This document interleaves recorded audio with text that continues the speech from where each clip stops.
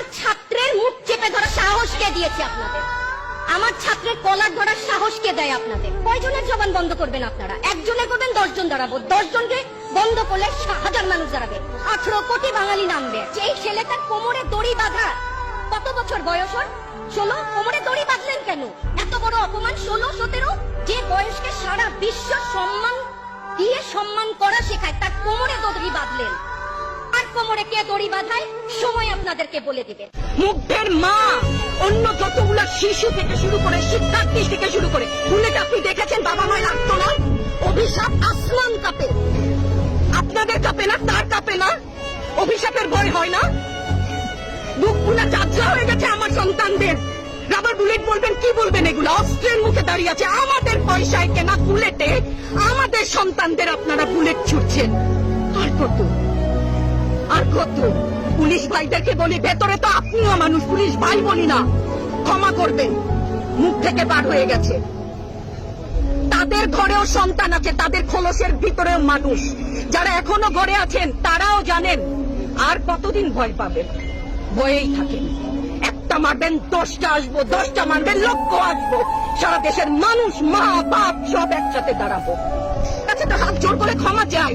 ওরা আমাদের কাছে পাঠিয়েছিল ওদের সন্তানকে মানুষ করার জন্য, আমাদের কাছে শিক্ষকদের কাছে পাঠিয়েছিল। কি জবাব দিব? আমার তো কোনো মুখ নাই, আমি শিক্ষক, আমার ভাষা নাই। তাদের কাছে হাত জোর করে মাপ চাই। নিরাপত্তা দিতে পারি নাই, নিরাপত্তা দিতে পারি নাই। মনে হয় রাস্তায় শহীদ হয়ে গেলে যদি এই লজ্জা আমার কিছুটা কাটে। ওদেরকে বলবার আমার কিছু নাই। আমার মুগ্ধ মরল কেন? ওই ছোট ছোট বাচ্চাগুলো মরল কেন?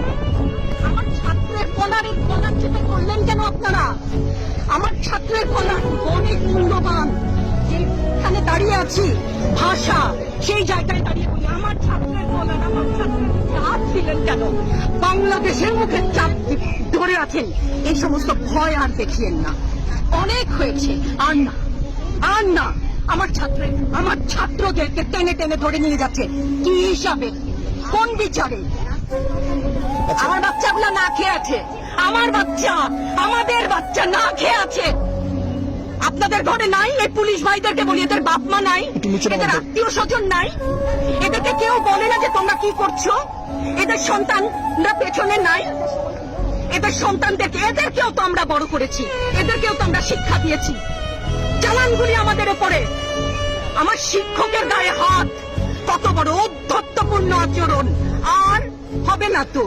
আসেন, চালানগুলি তুলে নিয়ে যান। সে 71-এর মতো তো 25শে মার্চের কালো রাত, বুদ্ধিজীবীদের হত্যা শুনেছি তো, এখন দেখছি। আগে শুনেছি, এখন দেখছি। পিছু হটবা না, ভয় পাবা না। তোমাদের শিক্ষক আমরা, লজ্জা পাই, তোমাদের থেকে শিখেছি। তোমরা যেমন আছো আমরাও আছি। যতদিন না 9 দফা ওদের মানা হয় ততদিন মাঠ থেকে সরবো না। যে পিতা সন্তানের লাশ শনাক্ত করতে ভয় পায়, আমি তাকে ঘৃণা করি। যে ভাই এখনো স্বাভাবিক নির্লজ্জ হয়ে আছে, আমি তাকে ঘৃণা করি। যে শিক্ষক, বুদ্ধিজীবী, কবি ও জ্ঞানী প্রকাশ্য পথে এই হত্যার প্রতিশোধ চায় না, আমি তাকে ঘৃণা করি। এই মৃত্যু পথটা আমার দেশ না, এই জল্লাদের উল্লাস মঞ্চ আমার দেশ না, এই বিস্তীর্ণ শ্মশান আমার দেশ না, এই রক্ত স্নাত কসাইখানা আমার দেশ না। ধন্যবাদ সবাইকে। মুক্তিযুদ্ধের চেতনা কি, ভাষা আন্দোলনের চেতনা কি ছিল? মুখের ভাষা বাংলা বলতে পারি, সেই জন্য বোধহয় ভাষা আন্দোলনের শহীদরা শহীদ হননি। আমার কথা আমি বলতে পারবো না, আপনি তুলে নিয়ে যাবেন। প্রতিবাদ করতে পারবো না, ভিন্ন মত প্রকাশ করতে পারবো না, আপনি আমাদেরকে রাজাকার বলে গালি দিবেন। রাজাকার শব্দটা প্রকাণ্ড একটা গালি, যাকে তাকে দেবেন না। আমি অনুরোধ করছি না, আপনাদেরকে বলে দিচ্ছি, প্রতিবাদ করলে আপনি আমাদেরকে বলবেন রাজাকার। রাজাকারের বাচ্চা, এটা প্রকাণ্ড গালি, যত্রতত্র দেবেন না। আর আমার ছাত্র ছাত্রীদের গায়ে গুলি কেন? আমি এখানে কেন দাঁড়িয়েছি, কেন আজকে কথা বলছি? কারণ আমি মানুষ, আমি শিক্ষিত একজন মানুষ, আপাদমস্তক ভাবে যাকে শিক্ষা বলেন, সেখানে আমি জানি মুক্তিযোদ্ধার চেতনা যদি কিছু আমার ভেতরে বিদ্যমান থাকে, আমি জানি অন্যায়ের প্রতিবাদ করতে হবে। বিচার চাই না বলেছেন, আমিও একমত। তার কাছে বিচার চাবো, কোথায় বিচার চাবো? আমরা ঘৃণা জানাই।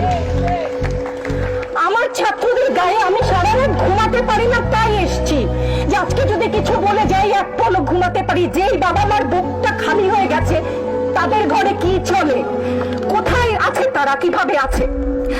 আমার ছাত্রছাত্রী, আমাদের মেয়ে ছাত্রছাত্রীদের উপর যে লাঞ্ছনা হয়েছে, তার বিচার বিধাতা করবেন, তার বিচারের জন্য আমরা নেমেছি। আপনারা আমাদের মুখ বন্ধ করতে পারবেন না। মুক্তিযুদ্ধের চেতনা থেকে জানি, আমরা জন্মেছি একবার, মরবো একবার। ভয় দেখাবেন না। ছাত্রছাত্রীদের উপর জুলুম বন্ধ না করলে পরিণতি ইতিহাস বলে দেয় কারো জন্য ভালো হয় না।